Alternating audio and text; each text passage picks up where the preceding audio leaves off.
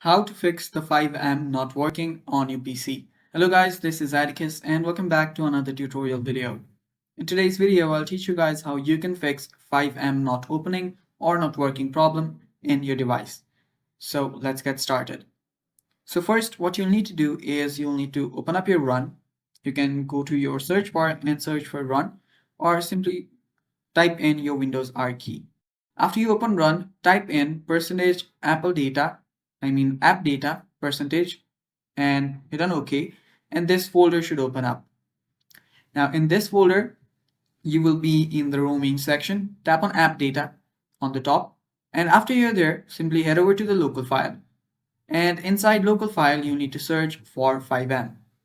So open FiveM after you find it and head over to FiveM application data.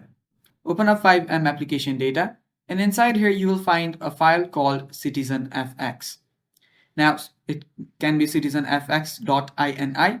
It's completely fine. So both are the same files. So after you find this, open this up. And after you open this up, you will notice this line of code. Now these two lines of code, what you'll need to do is you'll need to delete the bottom one. So by delete, I mean you can simply erase it, hit your backspace, and you're good to go.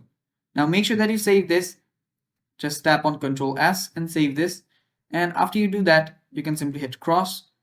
And after you do so, you can head back and go to your Rockstars and make sure that you open it with administration privileges. So after you do that, your problem should get fixed. Also, you can restart your computer once before you start playing the game.